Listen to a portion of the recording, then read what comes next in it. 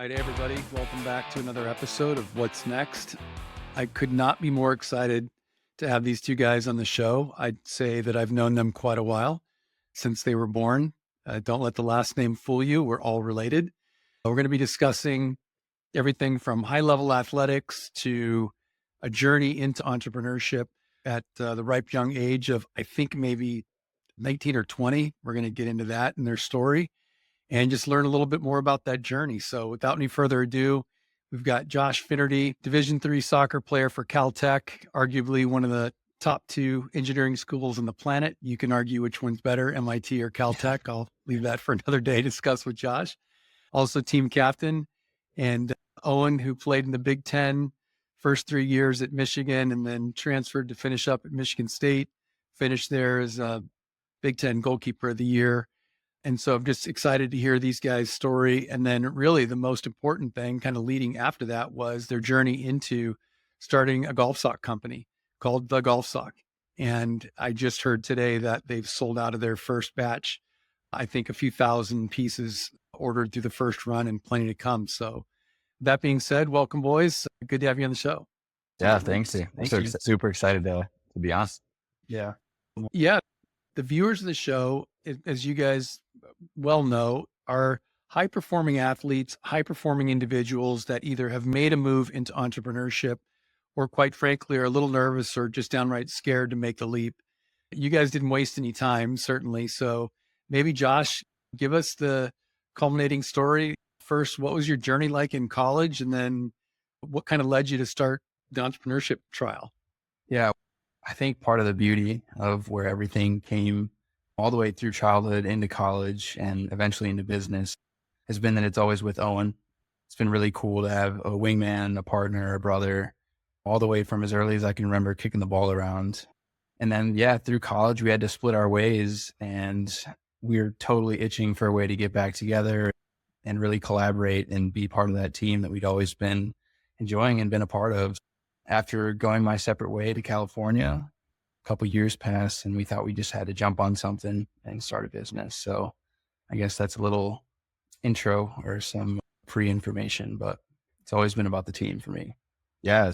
Similar to what Josh said, I was always working together was what we really enjoyed. And we wanted to use business as a way to kind of spark that back alive after going to separate ways to different colleges. But we've seen it growing up with obviously yourself being and mom being in entrepreneurship and being entrepreneurs for as long as we can remember. So we were always inspired from seeing that growing up and knowing what was possible. And then obviously giving us a chance to work together was kind of the exciting part. And we were on the drive home one time, just Josh and I in the car for a couple hours on the way home from Thanksgiving trip. And we're thinking of ideas like we always had for years. And ironically, we're like, what if you made a sock for golf that was specifically for golf? It was kind of a wild idea to start. And at first we kind of had a couple different iterations of what we thought, but the idea basically came as we'd seen grip socks do really well in soccer where our background was. And we're like, why can't we take that to golf, a space we also knew very well? That was kind of the spark to that idea. There's more, detail on that, but I think it's funny that just some quality time together was the spark to the idea. We'll come back to that. I appreciate you dropping that. And I'd be remiss without noting, Josh, you're currently running a golf company at the age of 23 called Lag Shot in Naples, Florida. And Owen, you're over playing with Messi at Inter Miami as a goalkeeper there. So both of you guys kind of staying within your passion, which sounds pretty awesome. And then, so leveraging that move, right? That you had that drive, you got that first idea, you're still in college. So how do you go from, okay, we got this crazy idea, and I'll pepper in here, being your dad, you guys have had everything from a recycling can business to, I can't even name all the cool ideas that you guys have had. How did you go with the golf sock as being, hey, I think this might have some legs, and kind of what did you guys do next? Yeah, I can jump on that to start. I think, as I kind of previously mentioned, we'd seen some good examples of what's worked from growing up with you starting Protect Cell, High Velocity, and then most recently being involved with Galway Bay. It was kind of something we'd seen at a distance at the time, but we've seen you were starting to get into the golf space also with V1, and we'd seen the interest. And the golf space was something we were really interested in on the business side as well as a hobby. But I think that was kind of the original spark of why we wanted to get into golf. But then we saw Galway Bay and how well it was doing and the kind of structure that it had. And we saw that as a possible kind of copycat that we could kind of learn from that to help us really build our own company. So that I think why we thought it could get some legs. We really saw the structure and the template for it. So I think that was a real cool inspiration for us. Yeah, I think that's a Josh, I great remember point. you doing some design work on an iPad. Maybe talk about from the business side of the concept, and then kind of what were you thinking about in sketching when it came to how do you put the actual product piece into that so it's not just an idea? Yeah. Going off of what Owen said, we had the template and we saw a pretty clear niche, some way that we could define ourselves that no one else had really tapped into yet. And from the product point of view, we knew we wanted to find something that was not only a really good sock, but something that filled that specific desire that golfers are looking for when they go on Google and type in, what is the best golf sock? So when we're going through and we're designing our product, we're looking at what's the best thing that Bombas does? What's the best thing Features does? What's the best thing that X, Y, and Z company do to make a hot selling sock? And then how can we spin all of that together into a creation that specifically fits the needs of a golfer? On my iPad, you're right, I'm sketching up. We like this heel tab and we want our grip pattern to look like this with dots here and here, not there and there, because we know this is the typical layout of a golf shoe. And we want people to be comfortable walking. That's really been something we've leaned into recently. But yeah, it's just been trying to find what makes us cool and interesting and how we can kind of model ourselves into this space that we see a very clear need. I'd say for most people, you probably would appear to be pretty early in the journey, but then for someone who hasn't started yet, you've made the monstrous leap to get out there. Did you go raise capital from outside? Did you dig into your bank accounts? Kind of walk us through what were the starting stages to, you don't just have an idea and it materializes, especially in a product business. So yeah, give us the 30,000-foot overview of what happened there. Yeah, that's a great question because I think that is a sticking point for a lot of people. And it was scary at first. That's kind of the inevitable question. You go through the idea phase, you get through, oh, this is great, all this sketching and all this stuff. And it's to make this come to life, we have to take quite a risk here and put some money forward. And that's where Josh and I came together and said, we've done our research, we've done our due diligence. Like we really think this can go. And the only way to really test that was to put our money where our mouth is and put an order in with basically all the money we could come up with that we had. So basically, yeah, we kind of put it on the table. And I think it's risky, but at a young age, we were like, we're willing to take that risk. We have a lot in front of us and the payoff could be pretty cool. We decided, like, hey, let's just go for it. And there's a lot more we could get into there with it didn't hit the blocks straight off going 100%, but we're starting to pick up some steam now. And like you said, we sold to our first order after almost 2 years. So it's definitely a scary process and can be a bit intimidating.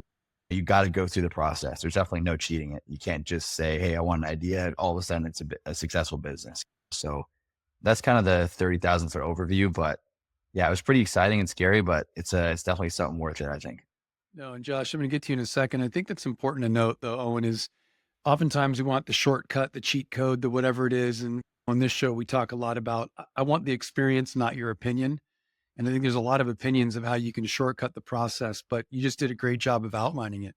You guys didn't come out of the blocks crushing it. There was a lot of doubt, as I think, and Josh, you can confirm this. You guys were sitting on what, 3,000 pairs from your first order, lots of boxes. You guys were your own pick, pack, and ship facility and trying to figure out, do you send them somewhere else? So yeah, maybe talk about some of those nervy moments in the beginning. Like we did our research, but crap, we thought we were going to be selling more. So Josh, what was it like as you guys were like, oh boy, where do we go from here? Yeah, no, that's a perfect way to segue into your confidence and your comfort level are definitely going to be tested. And I think when you do that research and you really try to figure out, hey, can this really work? You really be honest with yourself. And I think we were multiple times throughout this design process and saying, hey, I know we think it's a great idea. Is it really? Let's test the market. Let's see what other people are actually buying. I think we found a lot of struggle trying to figure out our price point. I think a lot of quality products are marked really high and we wanted to be a quality product. We found a little bit of sticking there. So of course you got to play with it. You got to test it. It's a growing pain. I think all of these growing pains really shaped us as a company. And between 0 and 1, it may have been a real struggle, but now between 1 and 2, it feels like a piece of cake. And it feels like we're just so fired up to turn the switch and get going on it even harder. It sounds, if I'm going to use a word, it'd be fortitude. So knowing that it's not for the faint of heart, but also so many people who have not yet stepped into being an entrepreneur believe that it kind of feels like I'm putting the money on red or black, right? It's got some chance or luck. But really what you guys said, we did our research, we're sticking to our guns. As the famous philosopher Mike Tyson said, everybody's got a game plan until they get punched in the face. And price point was that for you guys, right? You came out of the gate and said, hey, we've got a high quality product. We're going to price it up here in the market. And the market kind of voted and said, I think it's maybe too expensive. So you guys were able to pivot a little bit, it sounds like, and really kind of find that sweet spot of where it fit. And as evidenced by you're now sold out and not licking your wounds, but doubling down, to use that phrase, and really getting ready for version 2.0. So that's exciting for you guys. And we're going to talk a little bit more about that. But I got to inject a question here that I truly am curious about. Why in the world do you go into business with your brother? And Josh, I'm going to start with you. All the things we hear, don't go into business with friends or family, don't loan money to friends or family. But yet you guys, and you said it in your opening, it was almost kind of like it was destined to happen, but I'm sure you've heard those statements. So yeah, why go into business with your brother? Yeah, that's a great question. I know there's a lot of people that warn against it. I think in our case, it might be a little bit special, or we're just willing to work through some of the BS. But I know that Owen was someone that I wanted to go to war with, and it didn't really matter if he was related to me or not. His character as a person, it's so perfect for someone who I'd want in a business partner. So that he happened to be related to me, I guess that's just by chance. But knowing that he's a great teammate, he's really driven, he's always chased his goals. I've seen him take action. I've seen him achieve his goals. I knew that he had put the same intensity, the same focus into our business. I almost knew going into it that he would be accountable to everything that he could do on the soccer field. When we're about to go to sleep, he's saying, I can't wait till we make this, and we make that team. And I can't wait to be a pro athlete. And now he's there, and it's easy to believe what he says because he gets it done. That's awesome. That's awesome. How about you, O? Why go into business with your brother? Well, thanks. He kind of fired me up a little bit. But I started another business with him right now. But no, I think like with Josh, we've always worked so well together with whatever we've done. Whether that be on the field, he was a center back, I'm a goalkeeper. We always had that relationship. Off the field, just being friends, like the best of friends through our entire lives. We had that relationship. I think being twins, that's also a little bit of an exception there. It's not like it's your second cousin. But I think with Josh as a person, he's so intellectual. Like he's a person that thinks through every single detail to the, and so I knew with product, with how we operate, with the perfectionist that he is, we were going to get this to the best quality possible product and be the top of the food chain when it comes to that side of things, with detail, perfectionism, with the amount of time we put into the customer. I knew being with him that we were going to be able to achieve, and it's not a question mark. I'm not looking over the table saying, is he going to be, if he's talking to a customer, is he going to have the same values as me? Or if he's talking to the manufacturer, am I going to have to check his work? Never. Because I know that how he operates is honestly more than I could ever ask for myself to operate. I think, not to segue too far from your question, but when you're choosing a business partner, I think a big part of it is having the same values and being on the same level of them, where you don't have to always check the work and do that stuff, because that's a part I think where we really get ahead. We're kind of one person, and that's a super big advantage when it comes to splitting up work. Because I feel like when I split up work, we're basically just, I'm doing it, but a different leg of myself. So that's kind of funny. I think that as a absolute machine, like Josh is an absolute machine when it comes to getting stuff done and doing it correctly. So yeah, I'd say that's the number one business partner I'd love to do. I think so. That's pretty sweet. Yeah, let's go. Let's go start another business. I think we'd be missing a key point here if everybody walked away and said, man, it just looks like from day one, those guys nailed it. They always dreamed about it. That'd be awesome. I have to imagine, outside of anybody else's ears, there have been some challenges as you guys have figured out. It really sounds like what you've done, and I've seen it work both ways. I've seen two very similar people just act like ignition fluid and matches where they both can do it, and they need that third person to come and manage all the pieces they blow up. And then other times, and I've been in a few businesses with my very good friend who they said don't do this with, my good friend Rob Emery, where we were definitely yin and yang. We had that compatibility. So for you guys having different approaches, different styles, different, I'd say just demeanor, right? How did you navigate that? Owen, maybe I'll start with you and then go to you, Josh. How did you navigate the places that there were some gaps or maybe some expectations that were not quite happening yet? Yeah, it's a great question because it's easy to talk about the stuff that works. And I think for Josh and I, there's definitely been those times. And I think the biggest way that we've gotten through that is having a system of communication where if something's not working, we're definitely not afraid to bring it up to each other. I think that comes with just being honest with each other, whether you're with 2 people, 3 people, whatever, how many people, you got to be honest with your business partner. And regardless of being family, I think we're very good at that. When something's not working, he'll tell me. When I don't think something's working, I'll tell him. To give you a specific example, there's been times where I'm very, I love to think about the future. I love to plan very far ahead. I love to think about goals that are maybe not the immediate. And Josh will bring me back. He'll say, dude, we don't need to talk about 8 months from now. Let's talk about 8 days from now. So I think he's really good at kind of taming me in when maybe I start talking about what if. And that's good. I think Josh will tell you that's good to have that, but it's also really good to have someone where it's like, whoa, let's settle down a little bit. We don't need to do that right now. And it's definitely caused some conflict for sure. But like you said, we're a little bit yin and yang, but it takes each of us to kind of rein each other back in. I think Josh can add on to that for sure. Yeah, no, I think when Owen says rein in, I would say the flip. Sometimes I need to be pulled along or just say, hey man, what's good for now? Let's just get going. He's my real energy guy. So when we do hit those points where I'm kind of in the mud or it just doesn't really feel right, we can come to a compromise, and it does come back to that communication of, hey, he's going to check me on my stuff. I'm going to check him on his. If he says something to me that I don't agree with, you can't just let that fester and be like, oh, we should have figured that out, but we didn't. And then now we're 3 weeks down the line and we don't have a clear message to take to our manufacturer. But it really spills over. So trying to nip those things in the bud as early as we can has really helped us when we do hit those sticking points, when we do have disagreements, just kind of calling a meeting and organizing and really going through both of our points of view before we pick something to go forward with. I think it's been huge. A lot of value there too, and wise words coming from you guys who don't have 50 years and a bunch of gray hair on the side of your head to say, you embodied some things that certainly I know as your dad, we talk about at home, rush to conflict, right? We want, when we see it, let's just call it out and go there. And I think you guys have embodied that and had some success around that.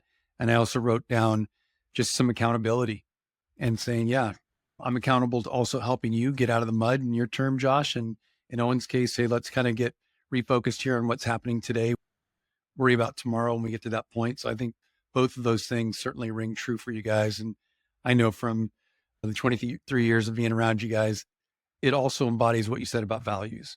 You are not a different person as you talk about your business than you are getting ready to go surfing, knocking a soccer ball around in the grass, or spending time with friends and family. So I think those little takeaways can really spill to who you're picking as your business partners. How do you deal with some of these tough conversations? And when you set the table correctly, obviously it kind of makes sense that way. I'm going to kind of dive deep here a little bit and say, okay, for, again, the people in the audience who tune in, most of which are high performers, hard charging thoroughbreds, most have either played their sport at a high level, high school, college, professionally, perhaps, and are kind of in that mode. What did you guys learn in playing soccer specifically that you were able to say, man, what I learned there directly translated into what we're doing today in business? Josh, is there, and I know you've had two different experiences in that. Obviously, you didn't go to the same school, you didn't play on the same team. You played in two different environments, one super cold sometimes in indoor and the other smoking hot if you're in the Caltech turf in the middle of August. So Josh, what did you learn kind of in that atmosphere of athletics that you'd say, man, that directly spilled over?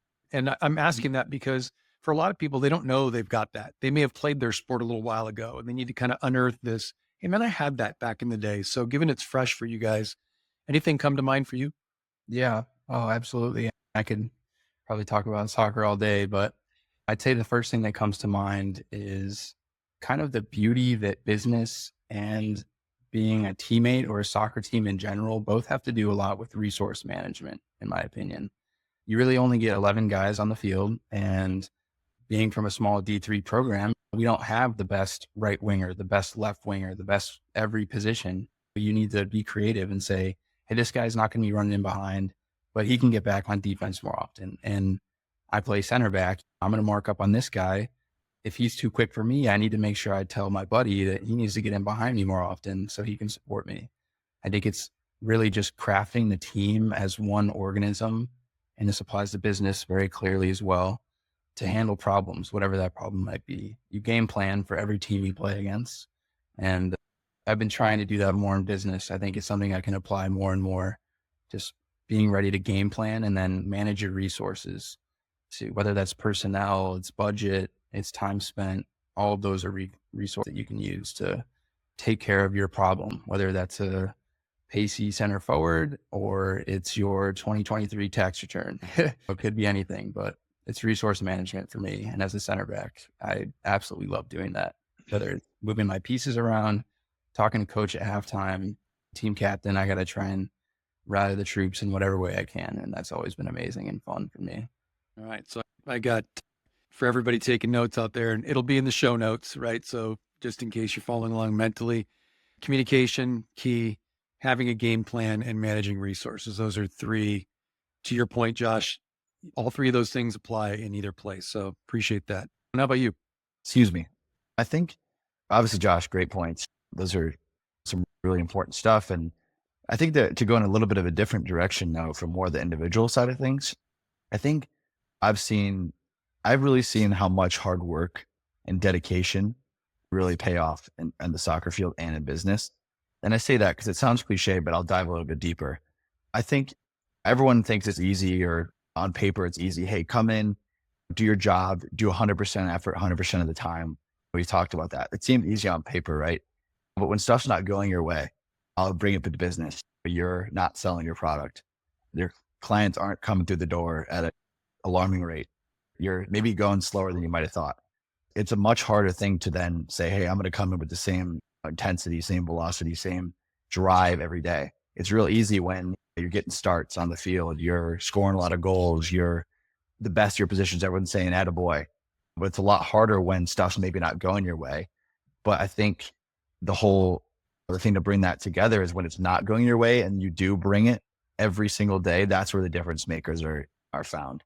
And that's when the real grinders and stars are born. So I think that I've really seen that in myself. That's still an ongoing process. And that's something I pride myself in on the soccer field and in business, but I've seen it with other people. Like you said, I work with the top performing athletes in the world on a day-to-day basis, which is pretty crazy for me to even say. Those guys they could easily cash it in. And those guys are out there every single day with the same fire, the same competitive energy that they had when I was watching them in World Cups and Champions League finals. So that's inspiring to me to see that. And then on the business side, I see some of my buddies from University of Michigan that are putting it in every single day with hours and hours on their business. And I see that come to fruition with the sales they then generate when people just see, oh my gosh, you've done millions of dollars. What happened? And I saw it from square one. That's pretty cool. Long story short, or the long answer here is that giving 100% effort 100% of the time, no matter what the circumstances, is so key in both. No, it's interesting you bring that up. Michael Jordan pretty famously said, arguably one of the greatest players in basketball or sport in general over time. And whether you've watched The Dance or not, it's very well documented that he would say he played just as hard in front of the 8,000 people in Chicago during his rookie year when they were terrible as he did during the World Championships or the Olympics, because to him, it wasn't about the accolades. It was about the effort being put in to get to that point. So I think what you're saying is that Greg Harden special, 100% effort, 100% of the time. It is very hard to do. And again, it points to no shortcuts, right? I wrote that down, and that hard work, dedication, discipline to put it in when no one's watching, right? Because I think sometimes it's easy when we're making the sales or we're getting the wins on the field to go, yeah, that's what it's about. But in reality, it's the ice baths, the bags of ice on the knees. And as Josh has lived through in the last year, a lot of long hours sitting at that office, figuring out things financially when sometimes other people won't do it. Yeah, I think those are 6 great points from you guys that even early in your career are time tested and true. And I'd say you're off to a great start from a foundation on that for sure. Yeah, and to add something for your Yeah. sorry, to add something for your listeners and for the podcast, I think to put that all together, I think the biggest part with that is consistency, because that's a big thing we talk about in sports. And yeah, I had to get in there. I didn't want to let that slide. I thought about it. The consistency is a big part. And I think that's a good way to kind of bring all that together with what Josh was saying, what I was saying. When you're doing these things in business and on the field, if you do have a great week, do it again. If you have a great quarter, do it again. Can you do better? Like that consistency, I think, is what makes champions. So I didn't want to let that slide without saying the importance of that, I think, for sure. No, I appreciate it because honestly, and we have not discussed this. So folks, this is not a plant. The whole genesis of the idea of what's next as a podcast is exactly that, that it is not about what happened in the past, because hopefully you failed a little bit. And going forward, it doesn't mean you're a failure. You've probably crushed it. And that's why you might be saying, man, maybe I should go try something on my own. That's a great starting point, but it is about what you do next. And if you're not consistent, it's going to look like waves on the ocean versus a good steady climb. But I appreciate you bringing that up, Owen. It is an important part. So when you guys think now, we've kind of covered start of the business, where you guys are going, what you've learned, the nuggets and takeaways that you've amassed on the field. Owen, yours is still growing as you're still testing your trade and honing your craft at Inter Miami and getting to learn from some of the world's greatest there. I think you highlighted that as well. They're still working very hard, and that could be a whole nother episode. But as you kind of think about that, and then we bring this back to the golf sock, Josh, maybe you start. What's kind of next for you guys? I mean, as you look at that, what's coming next for the golf sock? And give away what you can, protect what is maybe still a little bit of R&D. I don't want to spill too many beans here, but yeah, what's next from your point of view? Yeah. Without signing too many NDAs here, I think our next goal is basically to roll out the latest and greatest. We're at a pretty sweet moment where we just sold out. We're about to place an order. We have some pretty cool stuff in the works. We've probably improved our sock in little tiny ways all the way around, every way you can. And we also want to start to fill out our lineup a little bit. We want to expand further into the golf sock space. We're moving from one unit to maybe a few colors to hint a little bit, and maybe a few different lines as well. It's a little bit outside of our comfort zone. We're not quite used to it, but I think that's been really important in this journey, is just always trying to push the envelope and test what we're comfortable with. If we did what we're comfortable with, we wouldn't really be improving very much. So yeah, that's what's on the horizon right now. What do you see, Owen, from your seat at the golf sock? Yeah, it's very exciting. It's a really cool time for Josh and I, because I think this moment right now is where, to bring into sports terms, I guess a little bit, it's like your second contract, right? Yeah. This is kind of the moment where you want to be. You work your tail off for a couple of years to really kind of build a foundation, and now we're really starting to see, okay, this is getting some legs. This is getting exciting, and we're just so pumped because we want to be the sock that people love in golf. And I think you'd ask us, what's the one thing that defines the golf sock? And I think it's very simple for us, is we want every golfer to be more comfortable on the course and perform at a higher level because they wear our socks. And that's an awesome feeling. We've seen some great feedback, and Josh said, we're improving it as much as we can. We're squeezing every ounce of improvement out of this we can. And we're super excited to roll out the golf sock version 2.0. We don't even want to call it that, because our 1.0 is already incredible, and we're rolling out some really cool stuff, and we don't want to share too much, but we got some awesome stuff. So be on the lookout. We're going to skip around here a little bit, but we're kind of on that topic. People are probably very interested in getting this golf sock that's comfortable, high performance. Single-handedly, I can tell you from hundreds of golfers that I've been around that have used it, the best sock ever worn. I just had my first hole-in-one wearing the golf sock the other day, and we had 2 club champions in the group in front of us wearing the golf socks. Tons of props to you guys for creating an awesome product that people love. Where are they going to find it? So maybe give us the website, any social handles. Where can people find you guys? Yeah. To find us on our website, it's pretty simple. It's thegolfsock.com. We'll make it easy for you guys. On our handle, it's the golf sock on Instagram and on TikTok as well. And yeah, we're super excited for where we're going, and be on the lookout. Like we've already discussed, we're dropping a pretty cool new drop very soon. Yeah, just be ready for that. Those will be in the notes as well, guys. Can't get much easier than thegolfsock.com. Pretty easy to remember. Nice job on the URL there, boys. So to kind of wrap things, we always do this, but maybe one or two key takeaways from this blended high performer athlete into entrepreneur. It can have any range from advice to something you said earlier, but Owen, maybe let's start with you. And what's one or two things that you'd want any of our viewers to kind of say, okay, good. I'm really glad I tuned in this week. Yeah, that's a great question. Keep it really simple. I think I'll kind of reiterate what I've said before is you got to have that resilience when it comes to business and sport. Wherever you're at in your career, whether that be you're still playing and you want to get into entrepreneurship, or maybe you're done playing and you're kind of just starting an entrepreneurship journey, there's going to be moments when it's not easy and it's going to seem, wow, where do we go from here? And Josh and I have both had that moment with our stock company to this day, and it's still early. And you've got to have that resilience because the breakthrough could be a 2 days away, an opportunity away, a call away. You never know. So I think having that resilience and that consistency with that work ethic, nothing can stop you. And that fires me up as an athlete because that's the perfect sauce. I'll leave it at that because I'm already inspired by what we've talked about, and I hope you guys are too. Thank you, sir. JB? Yeah, I'll pitch in kind of a new idea spun off of maybe stuff I've said here, but I think it's really a lot to do with self-belief for me. I think on the field, I always perform my best when I was uber confident, really knowing that the work I'd put in the week before in practice was getting me ready for the game. I knew the game plan. I believed in the game plan. And when I believe in our business plan, I believe in my business partner, I believe in what we're doing and that we can have success and that like our formula is good, then I'm willing to push the boundaries of my confidence. I'm willing to invest my money and my time into it. I think the belief that I have surrounding our company and on the athletic field, whatever that may be for you, is what gives me my best performance. And I don't want to say too much, but that's that consistency during the week. That's that work ethic that Owen was talking about. That's all of those things that bake into your self-image of who you are as a businessman and as an athlete. Wow.